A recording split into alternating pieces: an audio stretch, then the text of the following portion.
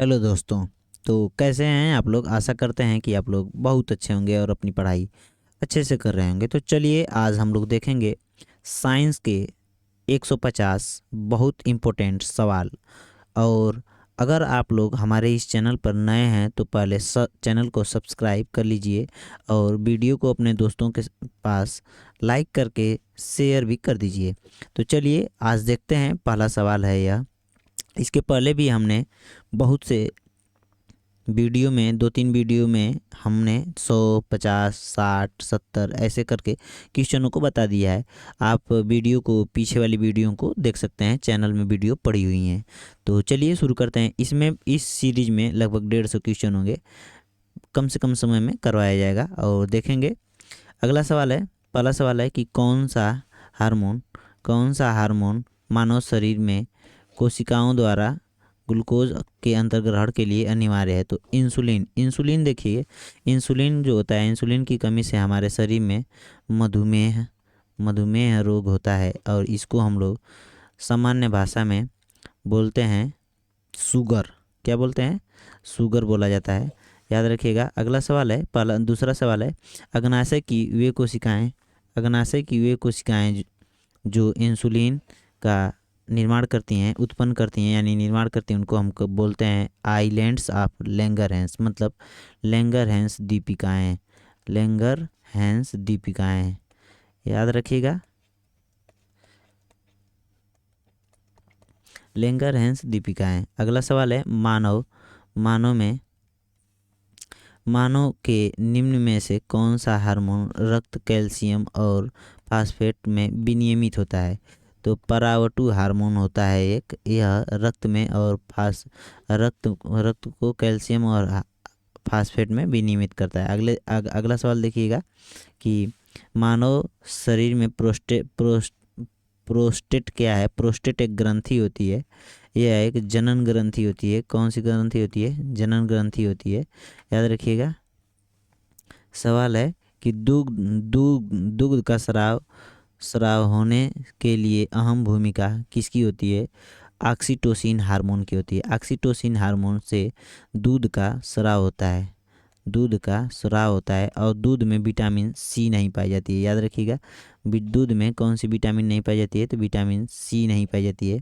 दूध में अन्य जो पोषक तत्व होते हैं सभी पाए जाते हैं, लेकिन विटामिन सी नहीं पाई जाती है। विटामिन सी की कमी से हमारे शरीर में स्कर्वी रोग होता है। याद रखिएगा, स्कर्वी रोग होता है। अगला सवाल है कि मनुष्य के नवजात शिशु को पहले माँ का स्तन का दूध पिलाया जाता है। देखिए क्या होता है कि जो नवजात शिशु होते हैं उनमें सबसे पहले माँ के दूध को पिलाया जाता है, क्योंकि जिसे हम लोग कोलोस्ट्रम कहते हैं। यह जो होता है शिशु को प्रदान करता है। तो क्या करता है? शिशु को रोग प्रतिरोधक शक्ति को प्रदान करता है। क्या करता है? रोग प्रतिरोधक शक्तियाँ जो होती हैं, मतलब रोग से लड़ने की जो शक्ति होती है,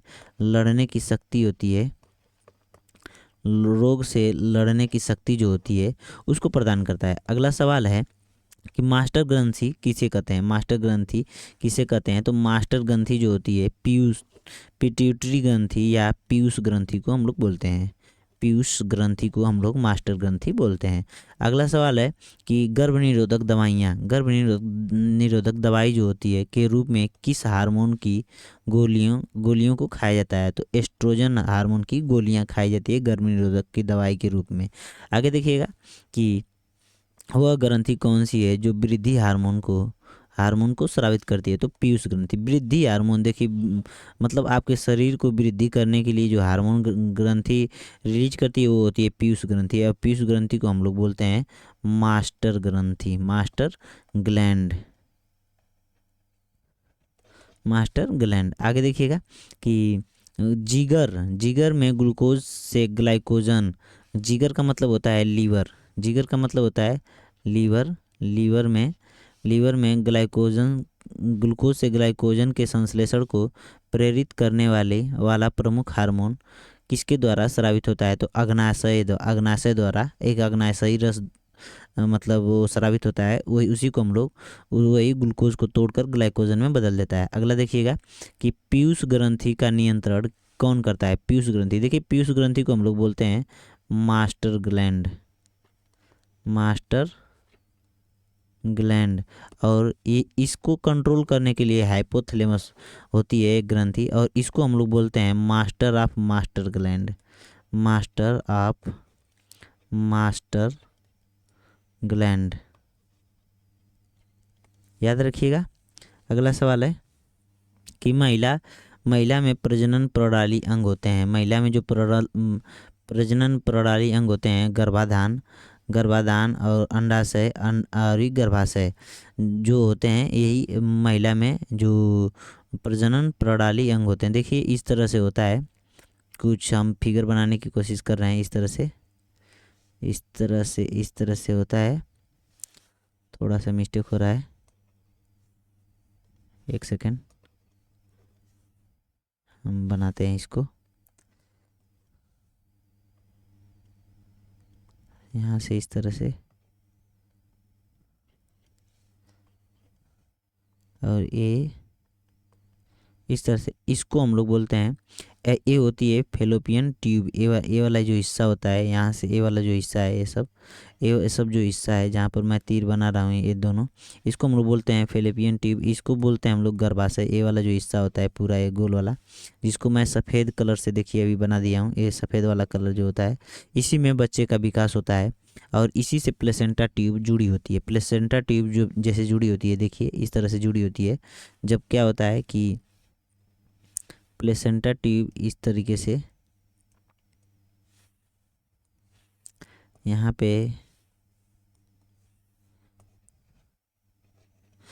पे मान लीजिए कि क्या है कि यहाँ पे एक शिशु है, ये मान लीजिए, तो इस तरह से इसका ये सर, ये हाथ, ये पैर मान लीजिए इस तरह से मुड़ा हुआ। तो अब इसकी जो प्लेसेंटा ट्यूब है अपने माँ के गर्भ से इस तरह से जुड़ी रहेगी। और इसी से क्या करता है, यही प्लेसेंटा ट्यूब क्या करती है कि बच्चे में पोषण देती है। और बच्चे के जो नीचे जैसे उत्सर्जन जो बच्चा करता है, जैसे मलमूत्र का उत्सर्जन जो करता है, वह सीधे माँ की बॉडी में भेज देता है, फिर वह माँ की बॉडी से बाहर निकल जाता है। तो इस तरह से प्रक्रिया होती है। आगे देखिएगा कि मानव शरीर में किस में शुक्राणु डिंब का निषेचन, शुक्राणु डिंब का निषेचन, डिंब वाहिनी नली को हम लोग इंग्लिश में बोलते हैं फेलोपियन ट्यूब। क्या बोलते हैं? Fallopian tube. इंग्लिश में भी ऑप्शन आ जाता है फेलोपियन ट्यूब। ट्यूब के नाम से जानते हैं। फेलोपियन ट्यूब में ही सबसे पहले बच्चे का मतलब वो क्या बोलते हैं, निषेचन होता है। आगे देखिएगा कि मादा में द्वितीयक लैंगिक लक्षण का उत्तरदायी होता है एस्ट्रोजन हार्मोन होता है, वही उत्तरदायी होता है। लैंगिक लक्षण का मतलब होता है कि कैसे पता चलेगा कि इनके अंदर जो होता है प्रजनन करने की क्षमता उत्पन्न हो गई है या नहीं हो गई है, इन सब के बारे में। आगे देखिएगा कि नर एवं मादा दोनों प्रकार के लैंगिक लक्षणों में पाए जाने वाले व्यक्तियों को कहा जाता है तो गायनेड्रोमार्फ या पुंजायांगी, जिनमें नर और मादा दोनों प्रकार के लैंगिक लक्षण पाए जाते हैं, उनको पुंजायांगी कहते हैं। पुंजायांगी याद रखिएगा। ये सब शुक्राणुओं का निर्माण होता है। शुक्राणुओं का निर्माण कहाँ होता है? तो वृषण में होता है। वृषण नाम की एक ग्रंथि होती है। कौन चीज़? ग्रंथि होती है, याद रखिएगा। वृषण नाम की ग्रंथि होती है, उसमें शुक्राणुओं का निर्माण होता है। और शुक्राणु जो होते हैं मानव शरीर की सबसे छोटी कोशिका होती है। कौन सी चीज़ होती है? मानव शरीर की सबसे छोटी कोशिका होती है। और सबसे लंबी कोशिका क्या होती है? न्यूरॉन होती है। क्या होती है? न्यूरॉन होती है। और सबसे बड़ी कोशिका जो होती है अंडा होती है। मानव शरीर में महिलाओं में अंडा पाई जाती है। शुक्राणु जो होता है छोटी होती है, यह देखिए बड़ी, और यह जो होती है लंबी होती है। अंडा जो होती है लंबी होती है, याद रखिएगा। अगला सवाल है कि जब नर व मादा को बाह्य लक्षणों के आधार पर पहचाना जा सके, इसको हम लोग कहते हैं लैंगिक द्विरूपता। मतलब क्या होता है कि जैसे नर और मादा को बाह्य लक्षण क्या होता है? जैसे बालों का आ जाना, अलग अलग शरीर के भागों पर बाल का आ जाना, बाल जैसे उग जाते हैं, तो यह लक्षण है कि मतलब इनके आधार पर नर और मादा को पहचाना। आवाज़ का भारी होना, आवाज़ का भारी होना, ये सब लक्षण होते हैं। जैसे क्या होता है कि पुरुषों की आवाज़ महिलाओं की आवाज़ की अपेक्षा भारी होती है। इससे पहचाना जा सकता है कि कौन नर है कौन मादा है। बाल और कुछ शरीर पे कुछ ऐसे उभार होते हैं, जैसे पुरुषों में लिंग उभार होता है, महिलाओं में नहीं होता है। तो इस तरीके से महिलाओं में स्तन उभार होता है, पुरुषों में नहीं होता है। तो इस तरह से कुछ ऐसे लक्षण होते हैं जिसके द्वारा नर और मादा को पहचाना जा सकता है। अगला सवाल है कि नर में गौड़ लैंगिक लक्षण, नर में गौड़ लैंगिक लक्षण उत्पन्न करने वाले हार्मोन होते हैं। तो टेस्टेस्टोरोन जो होता है, इसको यह लैंगिक हार्मोन को लक्षण जो होता है लैंगिक लक्षण को उत्पन्न करता है। यह एक ऐसा हार्मोन होता है जिसके उत्पन्न होने से आदमी को पता चल जाता है कि यह जो है आदमी पूरी तरह से परिपक्व धीरे धीरे हो रहा है। आगे देखिएगा कि महिला में मासिक चक्र की अवधि क्या होती है। तो महिला में मासिक चक्र की अवधि होती है 28 दिन। मासिक चक्र को हम लोग बोलते हैं मेंसुरेशन साइकिल। क्या बोलते हैं? Mensuration cycle. याद रखिएगा, यह एक ऐसी अवधि होती है जिसको जैसे महिलाएं बोलती हैं कि इसमें बहुत ज़्यादा दर्द क्या होता है, दर्द का सामना करना पड़ता है। या इसमें क्या होता है कि कुछ ऐसे, जैसे मान लीजिए कि फेलोपियन ट्यूब और जैसे अंडाणु जो होते हैं, कुछ महीने बाद जो उनको निषेचन नहीं हो पाता है, वह इकट्ठे होकर एक ही समय से बाहर निकलते हैं। और उसमें क्या होता है कि उसकी जो गर्भ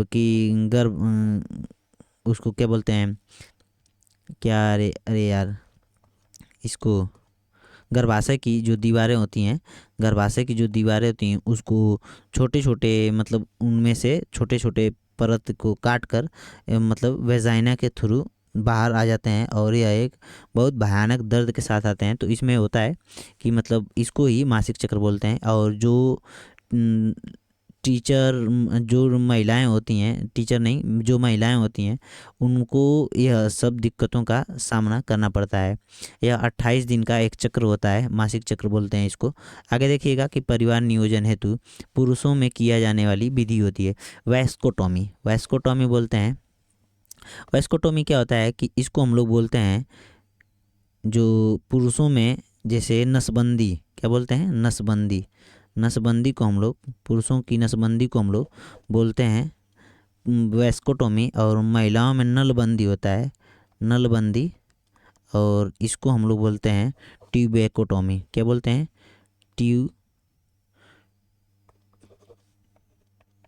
ट्यूबेकोटॉमी। क्या बोलते हैं? ट्यूबेकोटॉमी बोलते हैं। याद रखिएगा। अगला है रजो चक्र का नियंत्रण करने वाली ग्रंथि होती है। रजो चक्र वही मासिक चक्र को ही बोला जाता है लगभग। तो इसको लगभग नहीं, यही सही है कि रजो चक्र को मासिक चक्र ही बोला जाता है। इसको नियंत्रण करने के लिए पीयूष ग्रंथि होती है। याद रखिएगा कि आगे देखिएगा कि माहवारी चक्र की पुटिका प्रावस्था कितने दिन की होती है। तो 10 से 12 दिन की होती है। याद रखिएगा, ये सब पुटिका प्रावस्था ये सब पूछ देता है, 10 से 12 दिन की होती है। मासिक चक्र 28 दिन का होता है। याद रखिएगा। अगला सवाल है कि किस हार्मोन को प्रेगनेंसी इंडिकेटर कहते हैं? प्रोजेस्टेरोन हार्मोन जो महिलाओं के अंदर पाया जाता है, इसको हम लोग प्रेगनेंसी इंडिकेटर बोलते हैं। जैसे क्या होता है कि जब महिला प्रेग्नेंट हो जाती हैं तो एक आप लोग देखे होंगे इस तरह से किट मिलती है बाज़ार में, जो डॉक्टरों के पास होती है। उसके अंदर यहाँ पे इस तरह से लाल पट्टियाँ इस तरह से बनाई जाती है। और उसमें क्या होता है कि एक यहाँ पे एक डॉट होती है, इस तरह से होती है। और यहाँ पे थोड़ा गड्ढे नुमा होता है। और इस पे क्या होता है कि जब जैसे प्रेगनेंसी के 2-4 दिन बाद, जैसे निषेचन के 2-4 दिन बाद, जब क्या होता है इसमें अपने मूत्र यानी पेशाब को इसमें जब डाला जाता है तो महिलाओं के, तो इसमें क्या होता है कि यह इंडिकेट करने लगता है कि यह प्रेगनेंसी पॉजिटिव है या निगेटिव है, मतलब है या नहीं है, महिला प्रेग्नेंट है या नहीं है। इसके द्वारा एक प्रेगनेंसी किट होती है जो बाज़ार में बहुत आसानी से मिल जाती है। इसके द्वारा इसको पता कर लिया जाता है। लेकिन देखिए, इसमें उससे पता नहीं किया जाता है, जो मैं बताऊँ यूरिन से पता नहीं किया जाता है, यानी मूत्र से पता नहीं किया जाता है। उसमें मूत्र में महिलाओं के जो होता है प्रोजेस्टेरोन हार्मोन आता है और वही प्रोजेस्टेरॉन हार्मोन को ये इंडिकेट करता है, मतलब पता करता है। वही पता ये इसका मतलब वो क्या बोलते हैं, विश्लेषण करके उसको पता करके इसमें इंडिकेट कर देता है कि हाँ या यस या नो। एक क्या बोलते हैं कि इसको लाइन क्रॉस कर गई तो ये है, और लाइन क्रॉस नहीं की तो नहीं है। तो ऐसा होता है। आगे देखिएगा कि मनुष्य में शुक्राणु जनन कितने वर्ष की आयु के पश्चात प्रारंभ हो जाता है। तो मनुष्य का मतलब पुरुषों के अंदर क्या होता है कि शुक्राणु जनन। देखिए शुक्राणु और मनुष्य से संबंधित है, तो शुक्राणु जो है पुरुषों में ही होता है, महिलाओं में शुक्राणु नहीं होते हैं, अंडाणु होते हैं। तो पुरुषों में शुक्राणु जनन कितने वर्ष की आयु में होता है, तो 15 से 18 वर्ष की आयु में शुक्राणु उत्पन्न होने लगते हैं, यानी प्रारंभ होने लगते हैं। यानी पुरुष जो होते हैं पूरी तरह से जो बोलते हैं पिता बनने की मतलब परिपक्वता तक पहुंच जाते हैं 15 से 18 वर्ष की उम्र तक। आगे देखिएगा कि प्रजनन की वह विधि जिसमें बिना निषेचन के अंडा वृद्धि करके वयस्क बन जाता है वह कहलाती है पार्थेनोजेनेसिस। यह थोड़ा टेढ़ा है, पार्थेनोजेनेसिस, इसको याद ही कर लीजिएगा तो ठीक है। आगे देखिएगा कि पुरुष प्रजनन तंत्र के अंग में सम्मिलित है। तो पुरुष प्रजनन तंत्र के अंग में सम्मिलित होता है वृषण, प्रोस्टेट ग्रंथि, अधिवृषण। ये सब ग्रंथियाँ होती हैं जो पुरुष प्रजनन तंत्र के अंग में सम्मिलित होती हैं। याद रखिएगा इन सब चीज़ों को। और आगे देखिएगा कि अगला सवाल है कि भ्रूणीय विकास कहा जाता है। भ्रूणीय विकास को मतलब कहा जाता है, भ्रूणीय विकास जो होता है अंडा के निषेचन से 10 सप्ताह तक की अवधि को। जैसे क्या होता है कि निषेचन हुआ और निषेचन के 10 सप्ताह मतलब कि 10 सप्ताह को हम लोग कन्वर्ट कर सकते हैं। 1 महीने में 4 सप्ताह होते हैं, तो 4 दूना के 8, यानी 2 महीने 2 सप्ताह, यानी लगभग 2.5 माह के बाद क्या होता है कि भ्रूणीय विकास होने लगता है।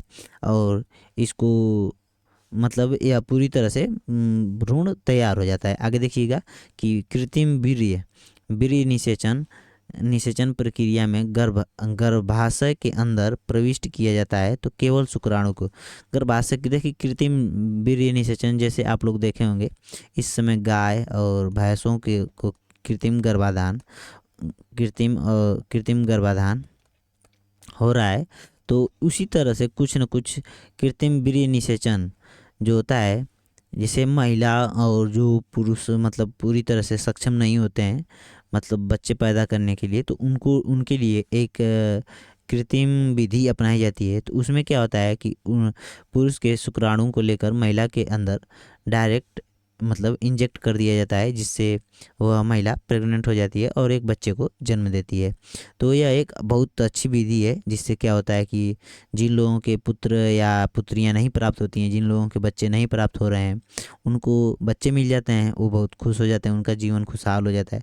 तो यह एक मतलब चिकित्सा के क्षेत्र में बहुत बड़ी उपलब्धि है कि जो ऐसा लोग कर पा रहे हैं और हो रहा है, बहुत लोगों को इससे बहुत लाभ मिल रहा है। लेकिन देखिए इसका कुछ गलत उपयोग भी होने लगता है। गलत उपयोग यह है कि दूसरे का शुक्राणु लेकर दूसरे की मतलब दूसरे फीमेल में डाल देने से उनका बच्चा उनका हो गया। और एक अभी आप लोग फिल्म देखे होंगे कि गुड नाम की कोई फिल्म थी, इस तरह से उसमें अक्षय कुमार हैं और लोग बोलते हैं कि मेरा बच्चा उनके पेट में, उनका बच्चा उनके पेट में, ऐसा मतलब कन्फ्यूज़न हो जाती है। तो यह एक IVF बोलते हैं इसको, IVF एक तकनीक होती है जिसके द्वारा यह प्रक्रिया होती है। आगे देखिएगा कि एमिनोसेंटेसिस एक तरीका है जो बताता है कि भ्रूण में देखिए भ्रूण के लिंग को पता करने की एक जो विधि होती है एमिनोसिंटेसिस होती है। एमिनोसिंटेसिस जो होता है कि मतलब इससे पता चल जाता है कि भ्रूण का कौन सा लिंग है, भ्रूण में मादा है या पुरुष है, नर है या मादा है, नर है। तो जैसे बच्चा है या बालिका है, इसका पता करने के लिए देखिए जो अल्ट्रासाउंड जब करवाते हैं लोग, अल्ट्रासाउंड जब करवाते हैं तो क्या होता है कि डॉक्टर पूरी दीवारों पर इस तरह से लिखे होते हैं कि भ्रूण का लिंग पता करने के लिए आप लोगों को दंडनीय अपराध है। मतलब आप लोग पूछ नहीं सकते हैं कि बच्चा है या बालिका है, मतलब लड़की है या लड़का है। आप लोग इसके इसके विरुद्ध अल्ट्रासाउंड जो डॉक्टरी में होता है, डॉक्टरी के क्षेत्र में जब महिलाएं गर्भवती होती हैं तो उन उन वो जाती हैं बच्चे का टाइम टाइम पर अल्ट्रासाउंड करवा के पता करने के लिए कि बच्चा पूरी रूप से तैयार है या नहीं, स्वस्थ है या नहीं, एक अच्छा बच्चे का विकास हो रहा है या नहीं हो रहा है। तो इसके लिए अल्ट्रासाउंड विधि का प्रयोग किया जाता है और उसमें वो उस डॉक्टरी में पूरी तरीके से लिखा होता है कि आप मतलब बच्चे का लिंग लिंग को पता नहीं कर सकते हैं, आपको वो डॉक्टर बताएगा ही नहीं। तो यह एक क्या है कि यह एक गैर कानूनी अपराध में जाना जाता है, क्योंकि इससे क्या होता था कि एक गलत मतलब मनोभावना के तहत, देखिए मैं बता दे रहा हूँ, एक सेकंड थोड़ा सा इसको मिटा देता हूँ, आगे देखते हैं। एक सेकंड इसको देखिए, क्या होता था कि जैसे अल्ट्रासाउंड करवाने के बाद आपको पता चल गया कि बालक है या गर्ल है। तो इससे क्या होता था कि लोग जिसके बालक होते थे वो लोग तो खुश हो जाते थे कि हमारे पास बालक है। लेकिन जिसको लड़की नहीं चाहिए वो लोग इसमें गलत काम करते थे। मतलब गलत काम करने का मतलब कि इस लड़की जो भ्रूण की अवस्था में है, ये जो लड़की है जो भ्रूण की अवस्था में है, अभी तो यह बच्चा पैदा भी नहीं हुआ और इसको लोग क्या करते थे कि इसको एबॉर्शन करवा के मार देते थे। एबॉर्शन का मतलब आप लोग जानते हैं, पैदा होने से पहले ही बच्चे को पैदा कर देना, मतलब ज़बरदस्ती, एक तरह की ज़बरदस्ती होती थी और उसको दवाइयों के तहत उसको भ्रूण को मार दिया। देखिए बच्चा जब जो होता है 2-2.5 महीने का ज्यों हो रहा है, 2.5 महीने 3 महीने का ज्यों होता है माँ के गर्भ में, तो उसको इस लिंग का पता कर मतलब लिंग का पता चलने लगता है। तो वो डॉक्टर इसीलिए नहीं बताते हैं और इस अवस्था में बच्चे को आसानी से मारा जा सकता है, यानी गर्भपात के द्वारा। आप लोग सुने होंगे बहुत ज़्यादा, मतलब ये इन सब चीज़ों का पहले यूज होता था, गर्भपात के द्वारा मतलब बच्चे को मतलब एक तरह से मार देना, यानी एक तरह से यह एक क्या होता था कि मर्डर होता था और ये एक तरह का यह क्राइम है। और इसमें क्या होता है कि माता और जितनी माता और उतने ही पिता और उतना ही डॉक्टर, जो डॉक्टर बता रहा है वो सब जिम्मेदार होते हैं इस सब इन सब हत्याओं का। मतलब इसमें सबसे ज़्यादा क्या होता था कि जो बच्चियां पैदा होती थी उनको पैदा होने ही नहीं दिया जाता था, उनको मार दिया जाता था। मतलब देखिए ऐसी भावना होती थी पहले के लोगों में और लोग ऐसा करते थे, तभी यह कानून बना। और उसमें लिंग निर्धारण करने के लिए मतलब एमिनोसेंटेसिस जो प्रक्रिया होती थी उसके द्वारा भ्रूण का लिंग को पता, डॉक्टर को तो पता होता है लेकिन वो आपको बताएगा नहीं, कतई आप पूछते रह जाएंगे, आप नाक नाक रगड़ लेंगे उसके पैर पर, तभी भी नहीं बताएगा, क्योंकि यह एक अपराध में माना जाता है। आगे देखिएगा कि पुरुषों की नसबंदी को कहा जाता है तो वैस्कोटॉमी, और महिलाओं की नसबंदी को बोलते हैं ट्यूबेकोटॉमी। क्या बोलते हैं? ट्यूबेकोटॉमी, ट्यूबेकोटॉमी याद रखिएगा। आगे देखते हैं, अगला सवाल है कि गर्भ के सबसे बाह्यतम झिल्ली को कहा जाता है तो जरायु बोलते हैं, इसको हम लोग जरायु बोलते हैं। याद रखिएगा गर्भ का सबसे बाह्यतम झिल्ली, जो गर्भ की सबसे बाहरी झिल्ली होती है, कैरियोन बोलते हैं, कोरियोन बोलते हैं, याद रखिएगा। आगे देखिएगा कि अस्थाई परिवार नियोजन की विधि होती है तो कापर्टी एक ऐसी विधि होती है, जैसे देखिए मैंने अभी बताया आप लोग को इस तरह से, एक सेकंड में बना देता हूँ।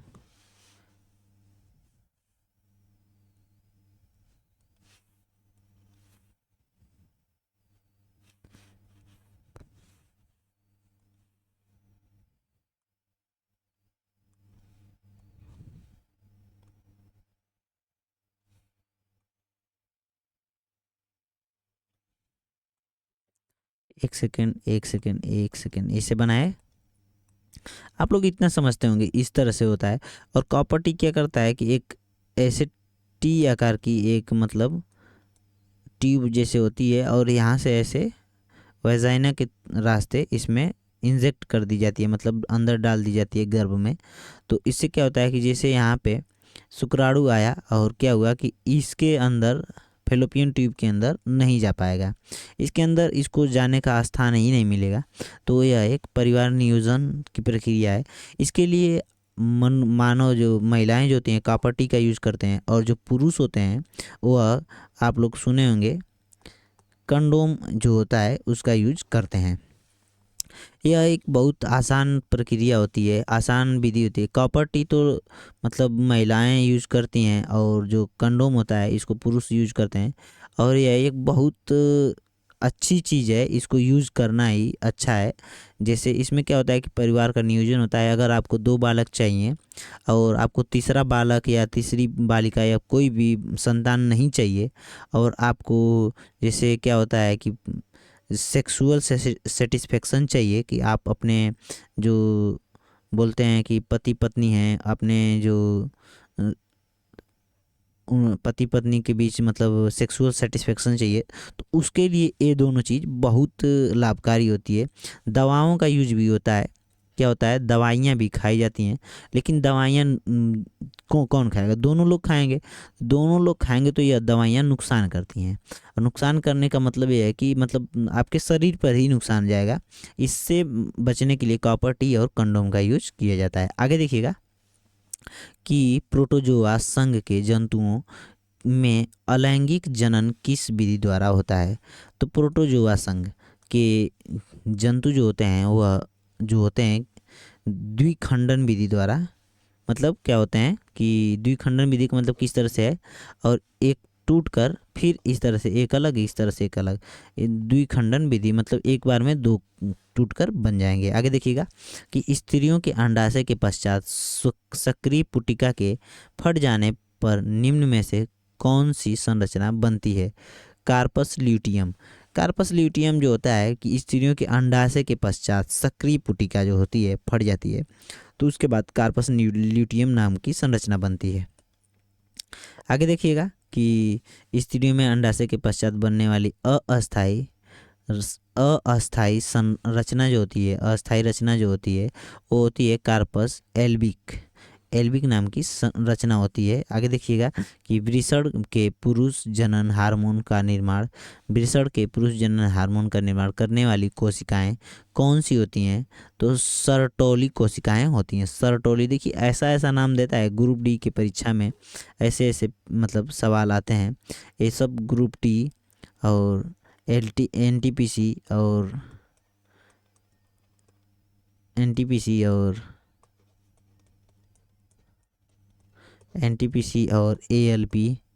एएलपी टेक्नीशियन के लिए बहुत लाभदायक है। आरपीएफ एसआई सब के लिए, रेलवे से संबंधित जितने भी सवाल पूछे जाते हैं उनके लिए यह सीरीज बहुत लाभदायक होगी। और देखिए यहाँ पे ये तो 60 लिखा है, लेकिन ये 60 नहीं होगा, यहाँ पे मैं थोड़ा ध्यान नहीं दिया हूँ, यहाँ पे 150 होना चाहिए। आगे देखिएगा कि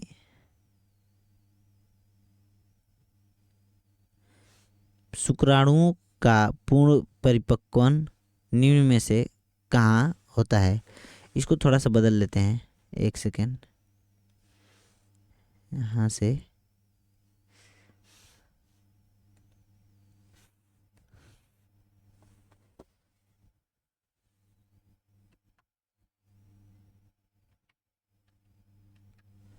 ओके,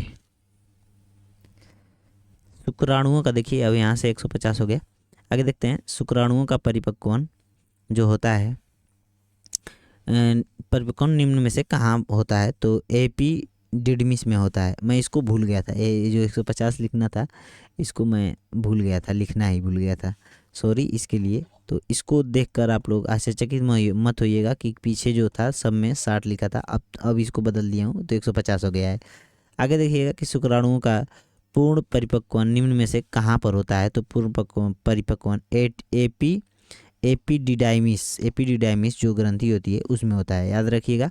आगे देखिएगा कि एड्स रोग जो होता है उसका प्रतिरक्षा विहीन विषाणु जो होता है HIV द्वारा होता है, इसको हम लोग बोलते हैं रिट्रो वायरस बोलते हैं। इसको हम लोग जो एड्स का जो विषाणु होता है और उसको हम लोग रिट्रो वायरस बोलते हैं। आगे देखिएगा कि यदि कोई रोग विश्व के बृहत मतलब बड़े क्षेत्र में फैलता है तो उसे क्या कहा जाता है? पैंडेमिक। देखिए पैंडेमिक में आता है कोरोना। कोरोना एक पैंडेमिक था जो कि विश्व के बहुत लंबे क्षेत्र में, जैसे चीन, हर एक देशों में, भारत, नेपाल, अलग अलग देशों में, श्रीलंका, यहाँ तक कि बहुत ज़्यादा देशों में फैल गया था।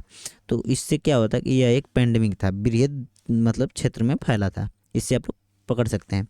आगे देखिएगा कि एक व्यक्ति से दूसरे व्यक्ति तक रोगों को संचारित करने वाले जीवों को क्या कहते हैं? वेक्टर कहते हैं, वेक्टर बोलते हैं।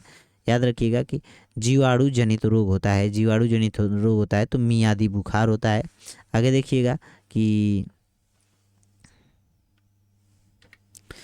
काली खांसी से बचाव के लिए शिशुओं को कौन सा टीका लगाया जाता है? जो शिशु होते हैं, शिशु मतलब छोटे बालक जो होते हैं उनको, जो छोटे बालक होते हैं उनको DPT का टीका लगाया जाता है। आगे देखिएगा कि ट्यूबरक्लोसिस के विरुद्ध मुख्यतः किस वैक्सीन का प्रयोग किया जाता है? तो ट्यूबरक्लोसिस के विरुद्ध BCG का टीका लगाया जाता है। आगे देखिएगा कि DPT में P जो है इसका संबंधित अर्थ क्या होता है? तो पर्टुसिस होता है। और याद रखिएगा कि अगला देखिए, कुष्ठ रोग का अन्य नाम क्या होता है? कुष्ठ रोग का अन्य नाम होता है हैंसन रोग। याद रखिए, ये सब पूछ देता है, डायरेक्ट पूछता है। पोलियो के टीके की खोज किसने की थी? जॉन्स साल्क ने की थी। पोलियो के टीके की खोज जॉन्स साल्क ने। बहुत तेज़ी से कर रहे हैं और इसको आप लोग तेज़ी से ही करिएगा। WHO ने भारत को किस वर्ष को पोलियो घोषित कर दिया? मतलब किस वर्ष में, यहाँ पे में होना चाहिए, में पोलियो मुक्त घोषित कर दिया था? 2012 में पोलियो मुक्त घोषित कर दिया था।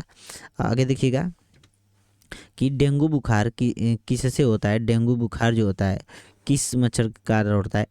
एडिज एजिप्टी के कारण होता है।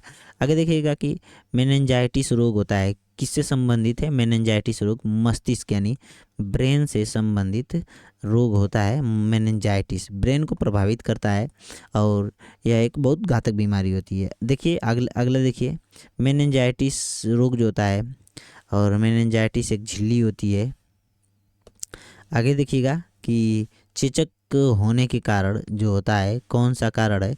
तो वेरिओला वायरस होता है। चेचक 2 प्रकार के होते हैं, छोटी माता बोलते हैं, एक को बड़ी माता बोलते हैं। कौन सी चीज़? छोटी माता, और एक को बोलते हैं बड़ी माता। याद रखिएगा, ये सब पूछ देता है कि चेचक, वेरिओला और बेरीसोला, इस तरह से बेरीओला और बेरीसोला, मतलब एक का बेरीओला होता है, एक का बेरीसोला होता है। याद रखिएगा कि ब्लू बर्ड वायरस किससे होता है? बर्ड फ्लू, ब्लू बर्ड नहीं, बर्ड फ्लू H5N1 के द्वारा एक वायरस होता है। H5N1 एक वायरस होता है जिसके द्वारा बर्ड फ्लू नाम का रोग होता है। आगे देखिएगा कि जापानी एन्सेफ्लाइटिस का कारण होता है वायरस। जापानी एन्सेफ्लाइटिस का कारक होता है तो वायरस होता है, वायरस को याद रखिएगा। आगे देखिएगा कि जीका वायरस फैलता है, तो जीका वायरस किसके द्वारा फैलता है? तो मच्छरों के द्वारा फैलता है। याद रखिएगा, ये सब पूछ देता है, डायरेक्ट पूछता है जीका वायरस। आगे देखिएगा कि एथलीट फुट नामक बीमारी किससे उत्पन्न होती है? तो एथलीट फुट जो होता है, जो एक बीमारी होती है, तो कवकों द्वारा उत्पन्न होती है। अगला सवाल है कि एथलीट फुट मधुमेह के उपचार हेतु प्रयुक्त उपचार हेतु प्रयुक्त इंसुलिन हार्मोन का आविष्कार किसने किया था? तो देखिए, जैसे मधुमेह जो होता है, जैसे हमारे घर गांव के आसपास जो थोड़े मोड़े 40 या 40 प्लस के लोग जो हैं उनको मधुमेह रोग हो जाता है, यानी शुगर हो जाता है। आप लोग सुने होंगे, शुगर नाम की एक बीमारी होती है। उसके लिए एक इंसुलिन का मतलब टीका लगाया जाता है। क्या होता है? टीका लगाया जाता है। और इसकी खोज जो की थी, इसकी मतलब ये हार्मोन होता है और इसको इसको डायरेक्ट इंजेक्ट कर देते हैं। इसकी कमी होती है, इंसुलिन की जब कमी होती है तभी यह शुगर रोग होता है। और जब शरीर में बॉडी में जब मतलब इसको इंजेक्ट कर दिया जाता है इंसुलिन के हार्मोन को, तो यह रोग थोड़ा कंट्रोल होता है, लेकिन इसको ख़त्म नहीं किया जा सकता है, यह ख़त्म नहीं हो सकता है। तो F.G. बैंटिंग ने इसको खोजा था। याद रखिएगा। कैंसर, अगला सवाल है कि कैंसर की ऊतकों की जांच के लिए बायोप्सी नाम का मतलब टेस्ट होता है, बायोप्सी नाम का टेस्ट होता है, याद रखिएगा। आगे देखिएगा, ल्यूकेमिया एक प्रकार का कैंसर है। तो ल्यूकेमिया क्या होता है? ल्यूकेमिया जो होता है WBC की असंख्य वृद्धि। WBC जो होता है वर्ड ब्लड कार्पसल्स को बोलते हैं, श्वेत रक्त कणिकाएं बोलते हैं, श्वेत रक्त कणिकाएं इसको बोलते हैं। श्वेत रक्त कणिकाओं को के असंख्य मतलब असंख्य प्रकार, जैसे असंख्य वृद्धि, जैसे ये सब लगातार बढ़ने लगती हैं, खूब ज़्यादा बढ़ने लगती हैं, तो यह एक कैंसर का रूप ले लेती हैं। इसको हम लोग ल्यूकेमिया बोलते हैं। याद रखिएगा कि कालाजार का संचार किससे होता है? कालाजार का संचार किससे होता है? तो सिकता मक्खी से होता है। अगला सवाल है कि मादा क्यूलेक्स मच्छर से कौन सा रोग होता है? तो मादा क्यूलेक्स मच्छर से फाइलेरिया रोग होता है।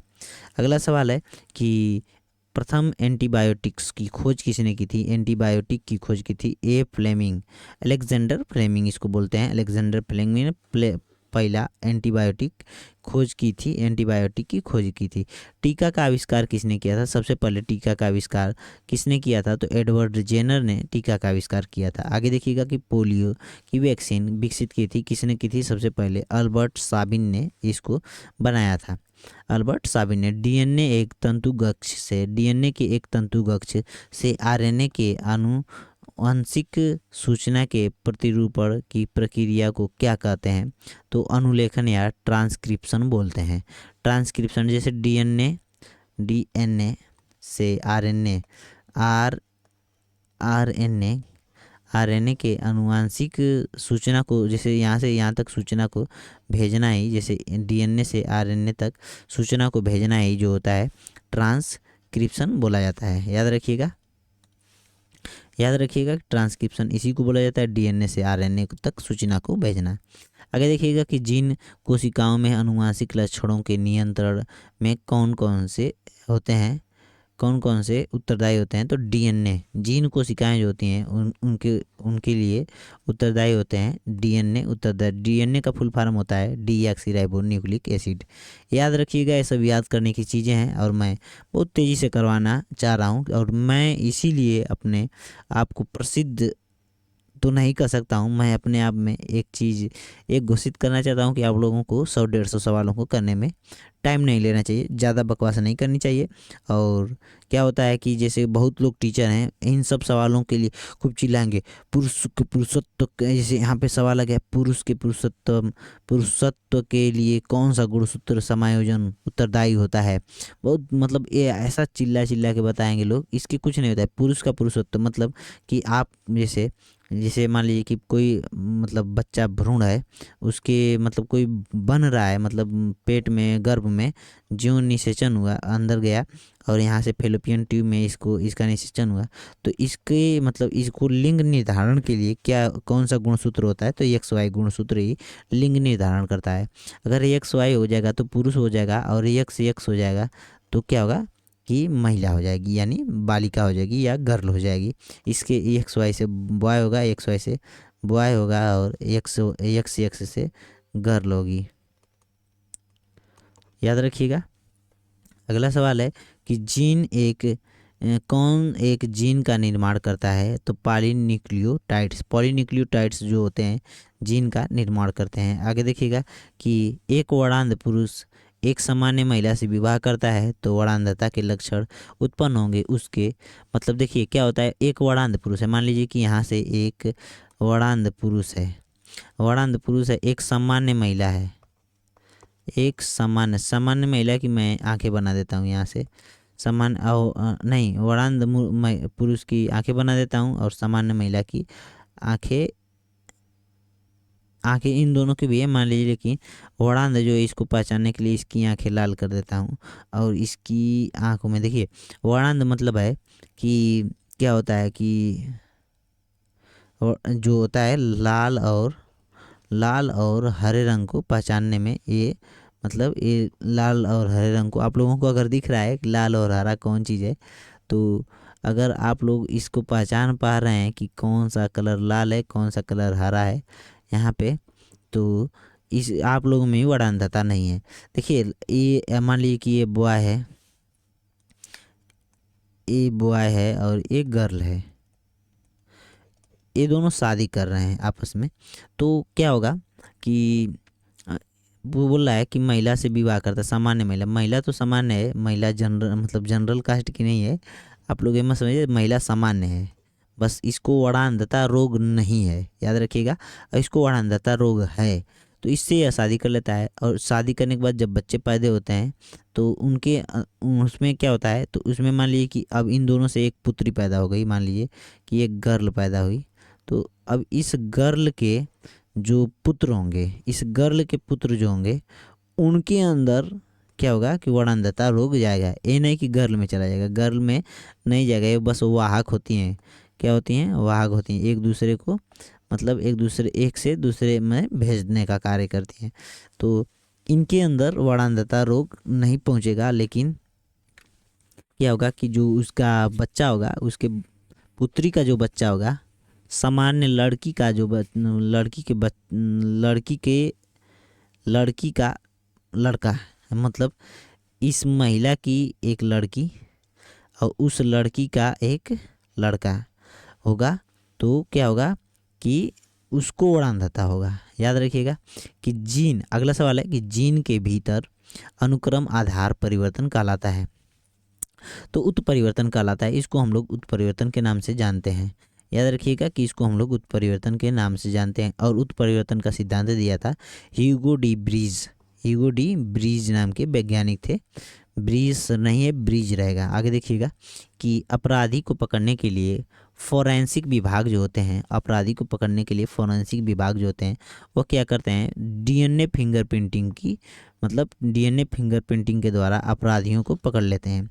याद रखिएगा कि अगर सामान्य वड़ांधता क्या होता है, अनुवांशिक प्राकृतिक रोग है। सामान्यतः वड़ांधता जो होती है अनुवांशिक होती है, अनुवांशिक के अलावा कुछ नहीं है, यह इसको खत्म नहीं किया जा सकता है, अगर इसका कोई इलाज भी नहीं होता है।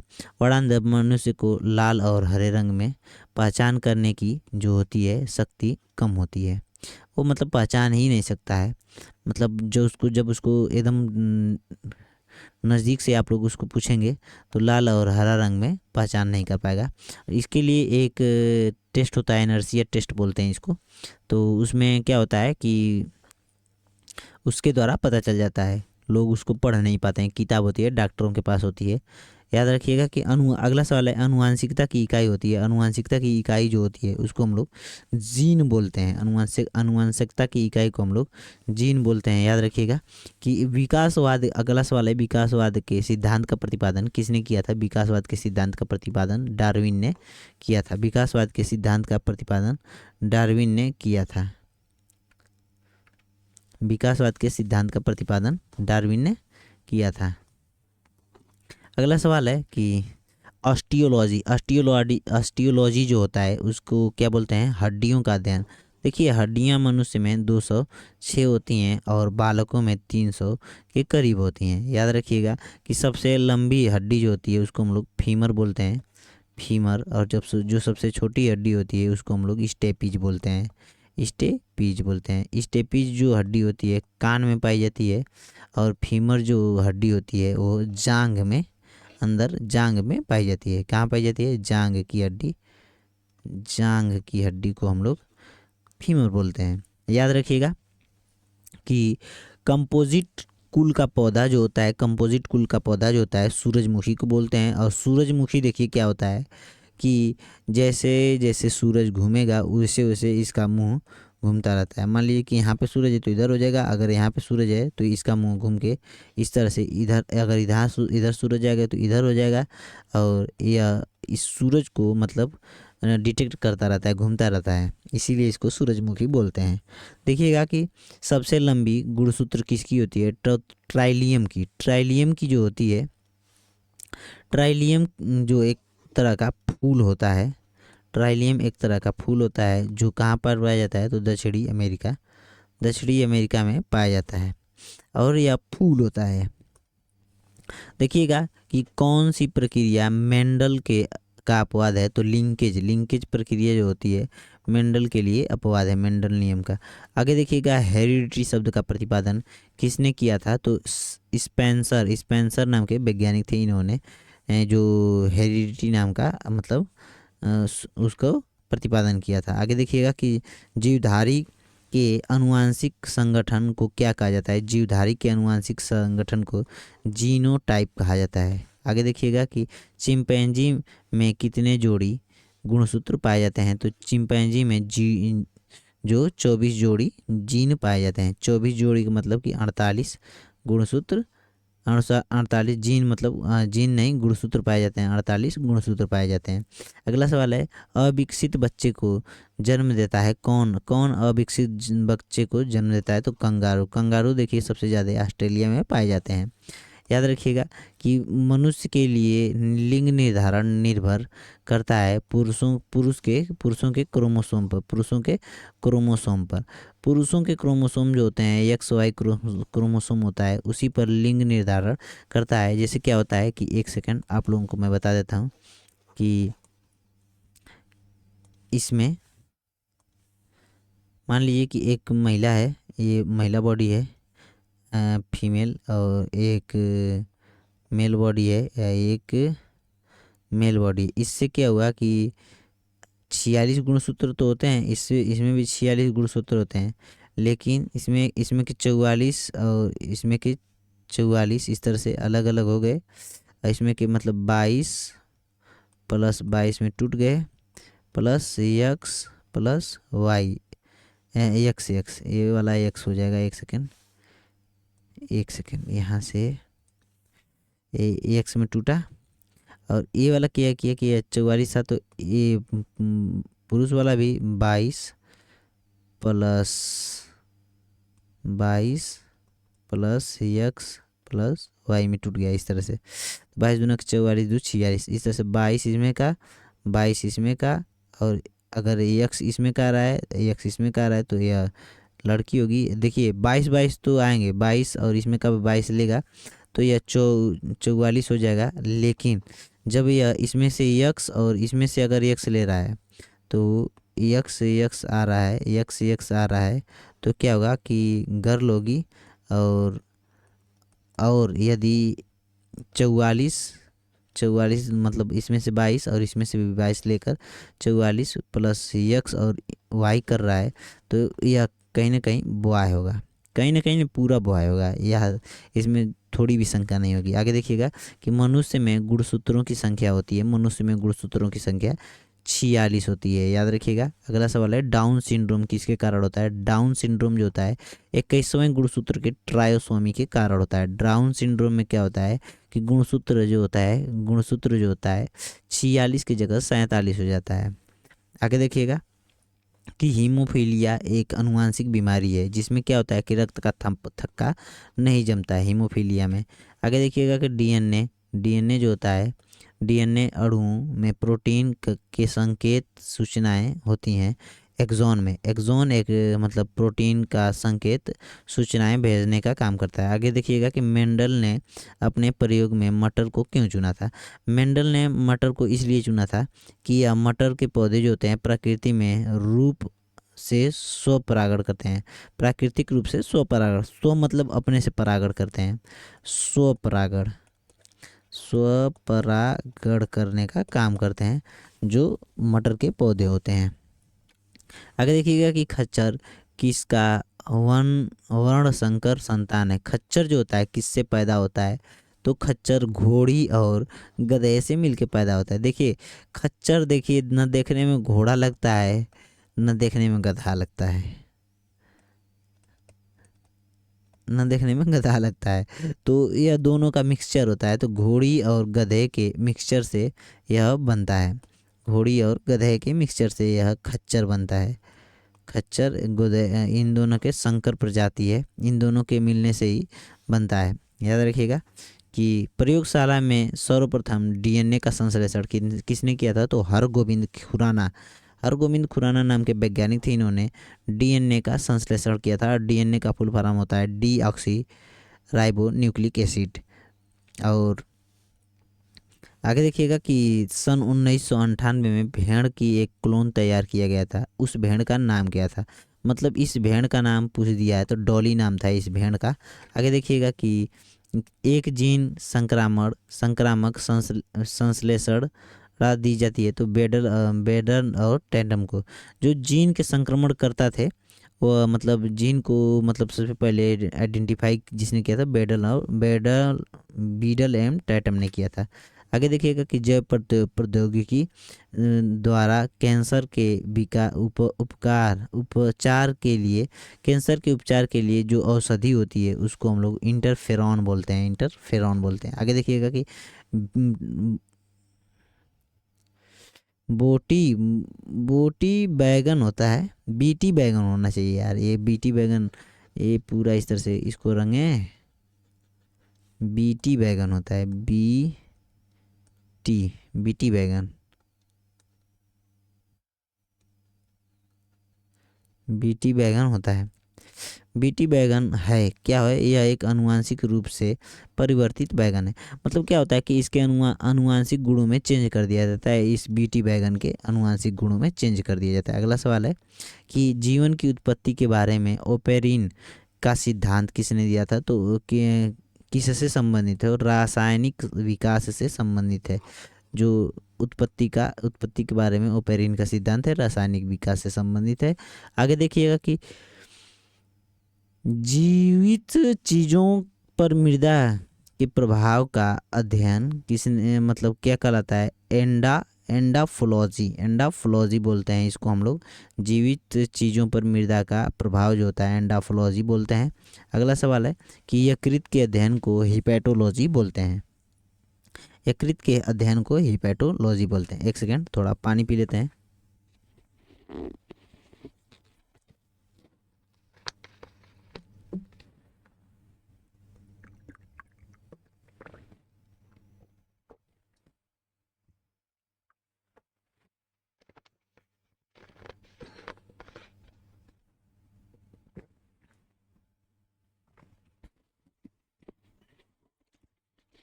चलिए दोस्तों, यहाँ पर थे यकृत के अध्ययन को हम लोग हिपैटोलॉजी बोलते हैं।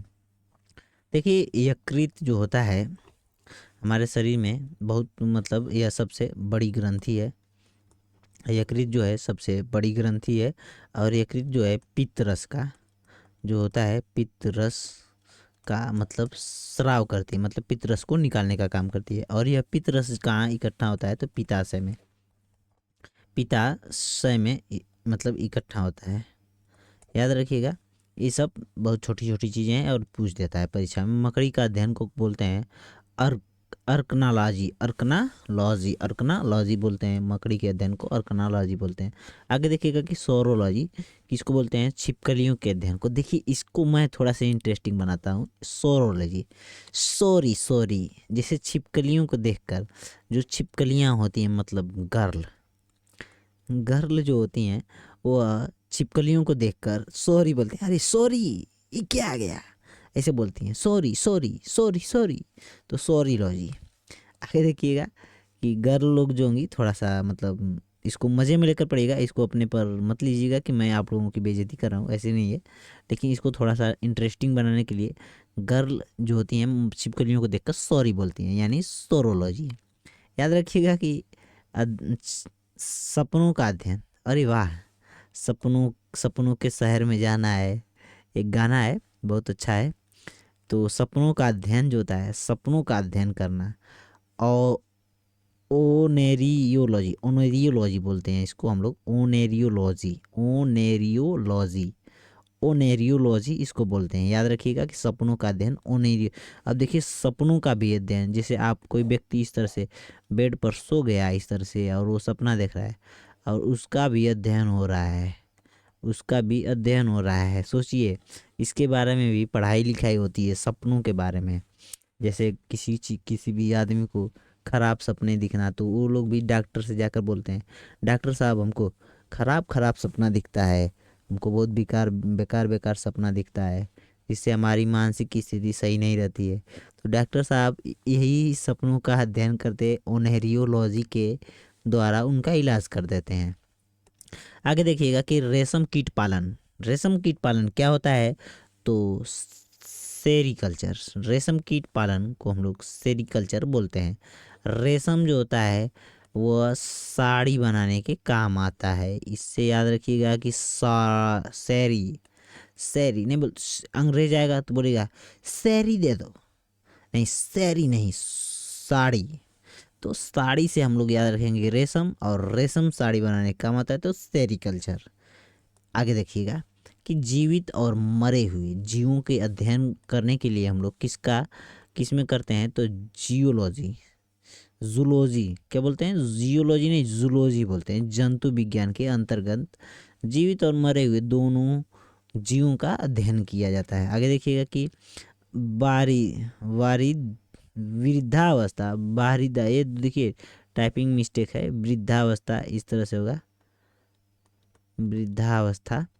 वृद्धावस्था का अध्ययन क्या कहलाता है, तो जेरेंटोलॉजी बोलते हैं। आगे देखिएगा कि भारतीय पारिस्थितिकी का जनक किसे कहा जाता है, तो रामदेव मिश्र को बोलते हैं। भारतीय पारिस्थितिकी तंत्र का पारिस्थितिकी का जनक रामदेव मिश्र को बोलते हैं। आगे देखिएगा कि परागकणों के अध्ययन को हम लोग बोलते हैं पैलिनोलॉजी। ये देखिए, एक होता है पैलियंटोलॉजी, पैलियंटोलॉजी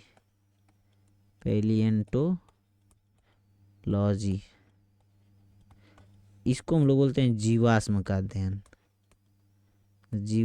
अध्ययन, याद रखिएगा।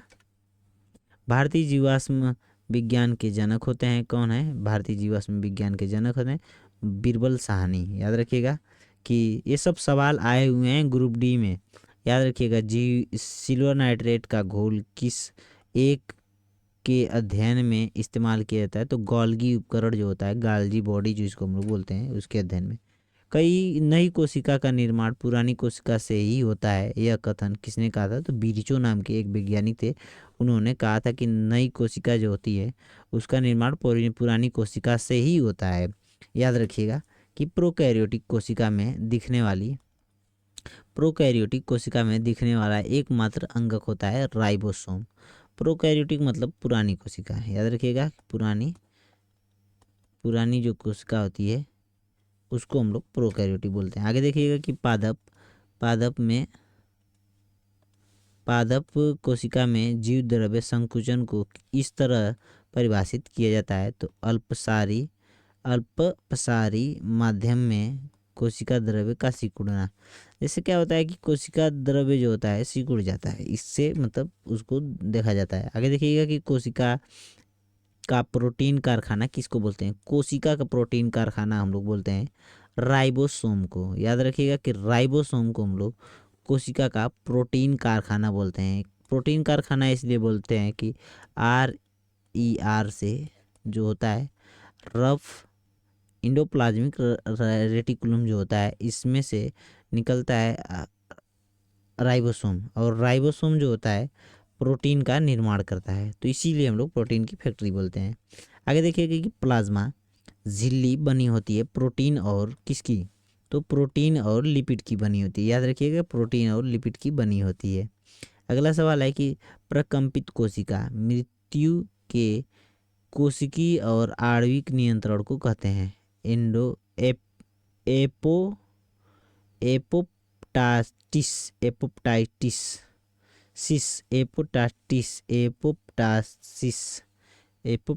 बोलते हैं, एपोप्टासिस। देखिए, इतना टेढ़ा टेढ़ा नाम होता है जीव विज्ञान में, मतलब आप बोल भी नहीं पाएंगे।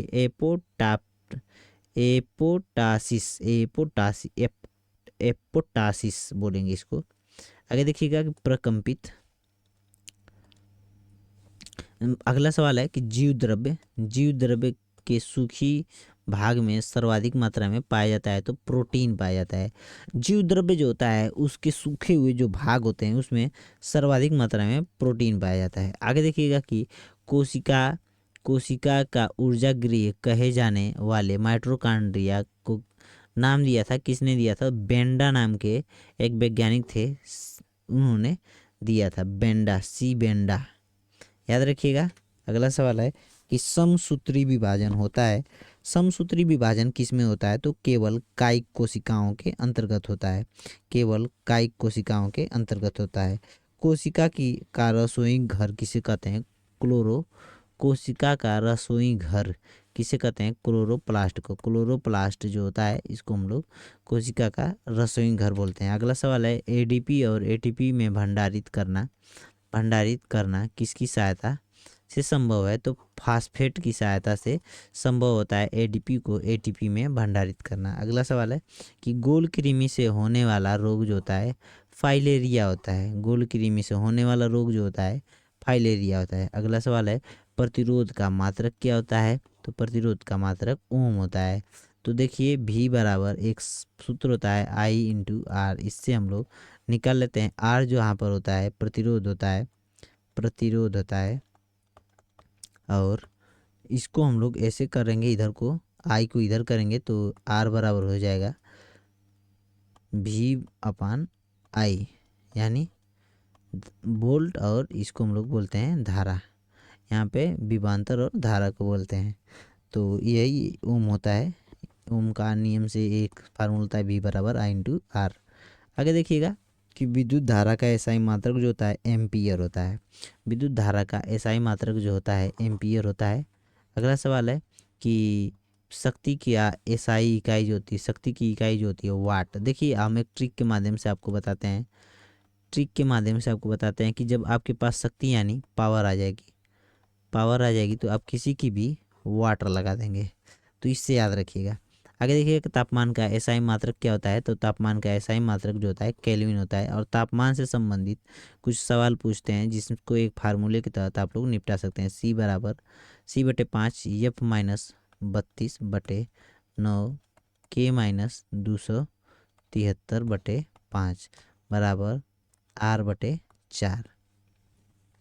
इस तरह के मतलब फार्मूले द्वारा आप लोग इन सवालों को निपटा सकते हैं। अगर सेल्सियस में दे दे और फ़ारेनहाइट में पूछ दे तो इसको हम लोग बदल सकते हैं इन फार्मूलों से। अगर सेल्सियस में दे के केल्विन से पूछे तो इसको रिलेट कर देंगे, इसको हटा देंगे।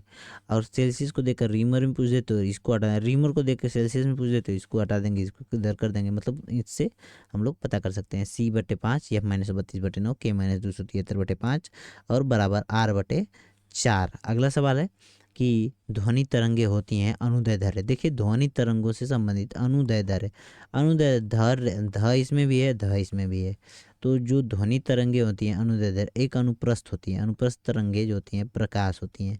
प्रकाश जो होती है अनुप्रस्थ तरंग होती है। प्रकाश सीधी रेखा में चल सकती है, ध्वनि ऐसे मुड़कर आगे पीछे इधर उधर सब दिशा में चल सकती है। देखिए क्या होता है कि मुड़ने का मतलब कि अनुदैर्ध्य तरंग है। तो मान लीजिए कि एक कमरा है और आप यहाँ पर खड़ा होकर बोलते हैं अनिल, मोहन, सोहन, कुछ भी बोलेंगे, तो इसके अंदर कोई आदमी अगर चाय पी रहा है बैठ के तो क्या करेगा कि उसको सुनाई दे देगा। क्योंकि अगर प्रकाश, अगर आप यहाँ से एक लेज़र लाइट मतलब उसको आप जला कर देखते कि है या नहीं है, तो यह दीवार होने के कारण, यहाँ पे दीवार होने, मान लीजिए कि यहाँ पे है इस तरह से, यहाँ पे कोई बैठा है और यहाँ पे दीवार है, खिड़की है नहीं, कुछ है नहीं, और खिड़की इस साइड है।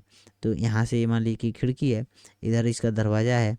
तो आप यहाँ से अगर लाइट बारेंगे मतलब जलाएंगे तो क्या होगा कि इसको दिखाई नहीं देगा। क्योंकि प्रकाश एक अनुप्रस्थ तरंग है। प्रकाश अनुप्रस्थ तरंग होने के कारण उसको पार नहीं कर पाएगी। लेकिन आप यहीं से आवाज़ लगाए, यहाँ इस पॉइंट से आप आवाज़ लगाए तो आवाज़ ऐसे ना जा कर के ऐसे भी जा सकती है, इस खिड़की के माध्यम से, उस दरवाजे के माध्यम से। यहाँ पे मान लीजिए कुछ और है, रोशनदान है, तो उसके माध्यम से भी जा सकती है, यानी आवाज़ मूर्ति है, तो इससे अनुदैर्ध्य तरंग है। आगे देखिएगा कि नवजात शिशुओं की हड्डियाँ होती है, मैंने पीछे बताया था, नवजात शिशुओं की हड्डियाँ जो होती है 300 के लगभग, यानी 300 प्लस हो सकती हैं या 300 होती हैं, मतलब इतना ही होता है। आगे देखिए कि रंगीन प्रकाश किस रंग में आवृत्ति कम होती है। रंगीन प्रकाश के किस रंग में आवृत्ति कम होती है? आवृत्ति मतलब सबसे कम होती है लाल, लाल की आवृत्ति कम होती है। एक सेकंड में इसको, एक सेकंड आगे देखें, आगे है नहीं, लाल की ही होगा। कहाँ गया यार, किस रंग की आवृत्ति सबसे कम होती है, तो कौन सा क्वेश्चन है, 125 नंबर का क्वेश्चन है। और जैसा कि मैं देख पा रहा हूँ,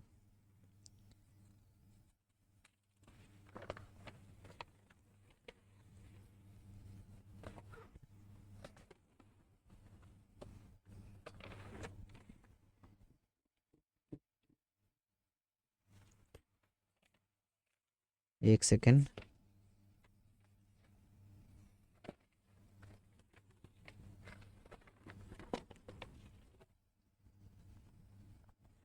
ये सही है, मैंने सही बताया था आवृत्ति।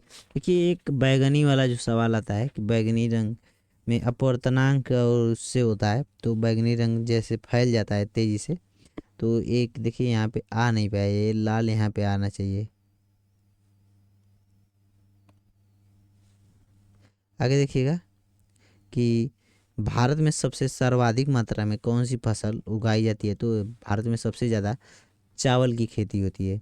चावल, देखिए चावल खाने से हमारे शरीर को कार्बोहाइड्रेट कार्बोहाइड्रेट मिलता है, और कार्बोहाइड्रेट शरीर को जो होता है तेज़ी से ऊर्जा प्रदान करता है। ये याद रखिएगा कि तेज़ी से ऊर्जा प्राप्त करने के लिए आप चावल खाइए और ग्लूकोज। और देखिए कि कार्बोहाइड्रेट जो ग्लूकोज होता है, ग्लूकोज से कार्बोहाइड्रेट प्राप्त होता है। और देखिए कि इसको आप खा लेंगे तो एनर्जी तुरंत मिलती है।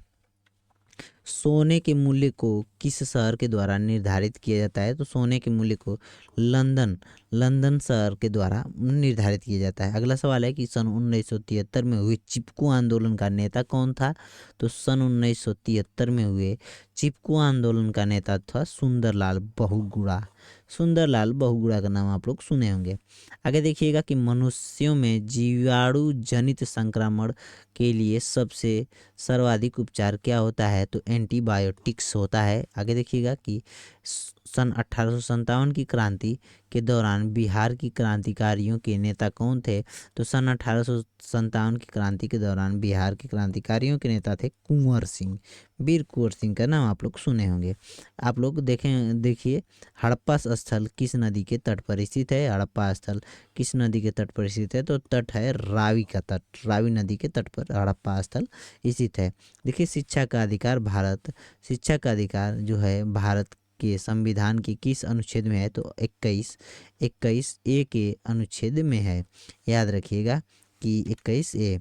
चक्रवात को फिलीपींस में क्या कहते हैं, चक्रवात जो है उसको हम लोग फिलीपींस में टाइफून के नाम से जाना जाता है। ओणम किस राज्य का प्रसिद्ध त्यौहार है, तो केरल का प्रसिद्ध त्यौहार है। याद रखिएगा कि पोलो त्यौहार कहाँ पर मनाया जाता है, तो पोलो त्यौहार महाराष्ट्र में मनाया जाता है। और याद रखिएगा कि मिज़ोरम में चाप चारकुट, और नागालैंड में हार्नबिल, और कर्नाटक में मैसूर दशहरा उत्सव मनाया जाता है। ये सब सवाल आए हुए हैं, ऐसा नहीं है कि ये सब सवाल आया नहीं है, सब सवाल रेलवे की परीक्षाओं में आए हुए हैं।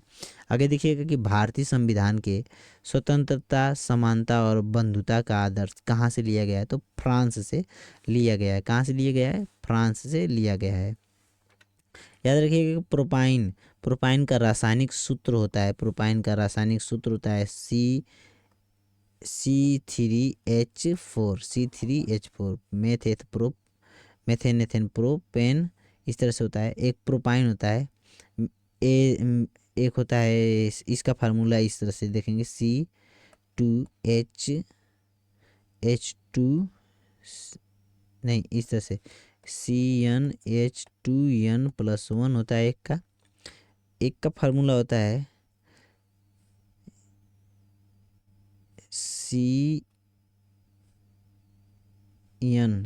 CnA2 होता है, और एक होता है CnH2n, और एक का होता है CnH2n-2, इस तरह से होता है। और जैसे यहाँ पे 3 रखेंगे तो 3 दूना के 6, और यहाँ पे इसी एल्काइन एल्काइन बोलते हैं और एथाइन बोलते हैं, और इसको मेथेन एथेन बोलते हैं। एथेन एथाइन, और इसको alkane alkyne alkyne alkane alkane alkene alkyne alkane alkene और एल्काइन। देखिए ये होता है एल्केन, ये होता है एल्कीन, और ये होता है एल्काइन। ये सब तीनों पूछ देता है। तो इसमें जैसे इसको हम लोग जब रखेंगे, जैसे मेथेन का निकलना है तो CH4 होता है, तो 1 पर मेथ होता है, 2 पर मेथ एथ, 2 पर एथ, 3 पर प्रोप, 4 पर ब्यूट, 5 पर पेंट, 6 पर हेक्स, 7 पर हेप्ट। इस तरह से बढ़ता जाता है।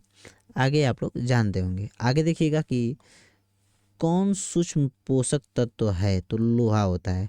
सूक्ष्म पोषक तत्व का मतलब, देखिए पोषक तत्व अगर यह शरीर में नहीं रहेगा तो हमारे शरीर में एनीमिया रोग हो जाता है। मानव शरीर में एनीमिया रोग बहुत आसानी से हो जाता है। एनीमिया रोग खून की कमी के कारण होता है, और खून की कमी, जब लोहे में कमी होती है तो खून की कमी हो जाती है। ध्वनि संचलन के अनुसार रेखीय संरेखण अनुसार संरेखण किया जाता है। तो देखिए ये तो ध्वनि वाला ये गलत है यार, ये साला, सॉरी मैंने गाली दी। और इसमें देखिए ये गलत हो गया यार, ये ऑप्शन सवाल ही गलत है, गलत सवाल है कि चूने के पानी का, मेरे मुंह से थोड़ी सी गाली निकल गई है, क्योंकि ये टाइपिंग करने में मिस्टेक हो जाता है। और क्या होता है कि जब टाइपिंग मिस्टेक होती है और इतने सवाल आते हैं तो दिमाग से मतलब उतर ही जाता है, क्या बोल रहे हैं क्या नहीं बोल रहे हैं, तो थोड़ी मोड़ी निकल ही जाती है।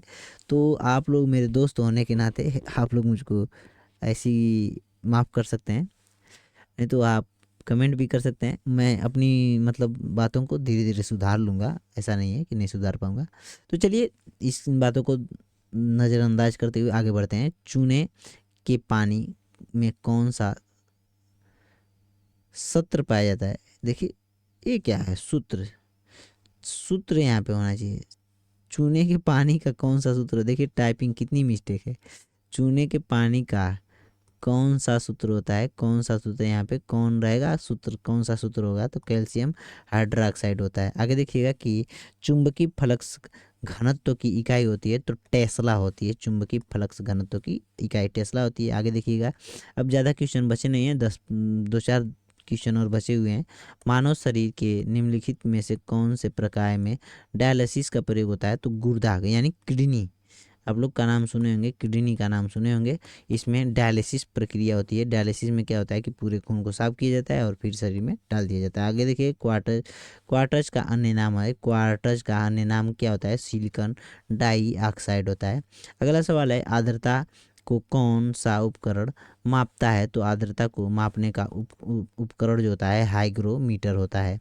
अगला सवाल है कि एक बर्तन लंबे समय तक नम हवा में, क्या है कि एक बर्तन लंबे समय तक नम हवा में संपर्क में बना रहता है, जिससे भूरा, धब्बे और हरा रंग की परत जम जाती है। तो बर्तन किस धातु का है? चूना है, मतलब बना है। बर्तन किस धातु का बना हुआ है, याद रखिएगा। ये सवाल था, तो यह बर्तन कापर यानी तांबे का बना हुआ है। और यह सवाल मेरे ख्याल से कि यह अंतिम सवाल था, और अंतिम सवाल था। और आप लोग क्या करिए कि वीडियो को लाइक करके शेयर भी कर दीजिएगा दोस्तों को अपने। क्या करिएगा कि लाइक करिएगा और शेयर तो ज़रूर कर दीजिएगा, और साथ ही साथ चैनल को सब्सक्राइब जरूर करिएगा। सब्सक्राइब करना तो मत भूलिएगा, क्योंकि सब्सक्राइबर हमारे चैनल पे थोड़े कम हैं, थोड़े क्या बहुत कम है यार। मैं इतनी मेहनत करता हूँ, 100 150 क्वेश्चन लाता हूँ, और आप लोग सब्सक्राइब नहीं करते, बिना सब्सक्राइब किए चल जाते हैं। तो आज के लिए इतना ही, मिलते हैं अगली वीडियो में। धन्यवाद। जय हिंद, जय भारत। मैंने एक अपशब्द बोला था, उसके लिए आप लोगों को सॉरी। और ऐसे बहुत लोग टीचर हैं, निकल जाता है मुंह से, इसके लिए फिर से सॉरी। मिलते हैं अगली वीडियो में। जय हिंद, जय भारत। मस्त रहिए, पढ़ते रहिए, और आपका दिन और आपकी रात शुभ हो। सिलेक्शन के बाद मिलने ज़रूर आना दोस्तों। जय हिंद, जय भारत।